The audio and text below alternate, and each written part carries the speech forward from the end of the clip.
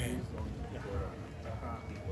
from all sectors within our setup, from the MTTD, operations, the SWAT, and CTU, CID, and other related units.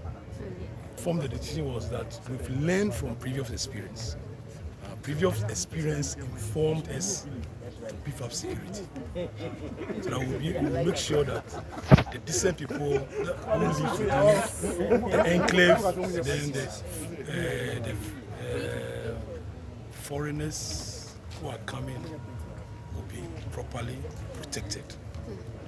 You know, police, our function is to protect lives and property. So we are here to do same, to make sure that people enjoy the Easter and the paragliding activities.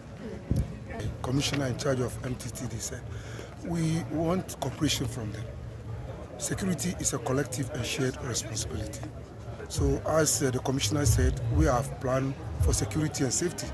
It's both security and also ensuring free flow of traffic, and then ensuring that when vehicles get disabled, they are towed away to ensure free flow. But at the same time, we can't do this effectively without the collaboration of the revelers and then the inhabitants of the Kwahu enclave. So this is what we want to appeal. You know, we want their support, and they should also be our eyes and ears on the ground.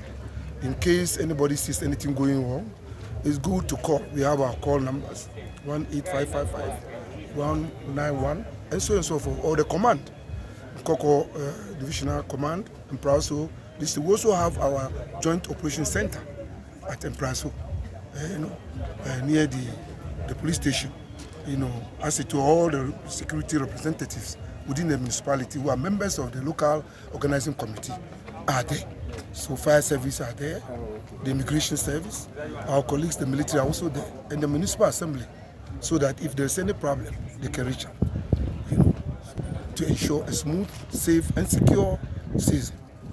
Please, your name. Director General of Operation, this Open Mohammed Faraj. P.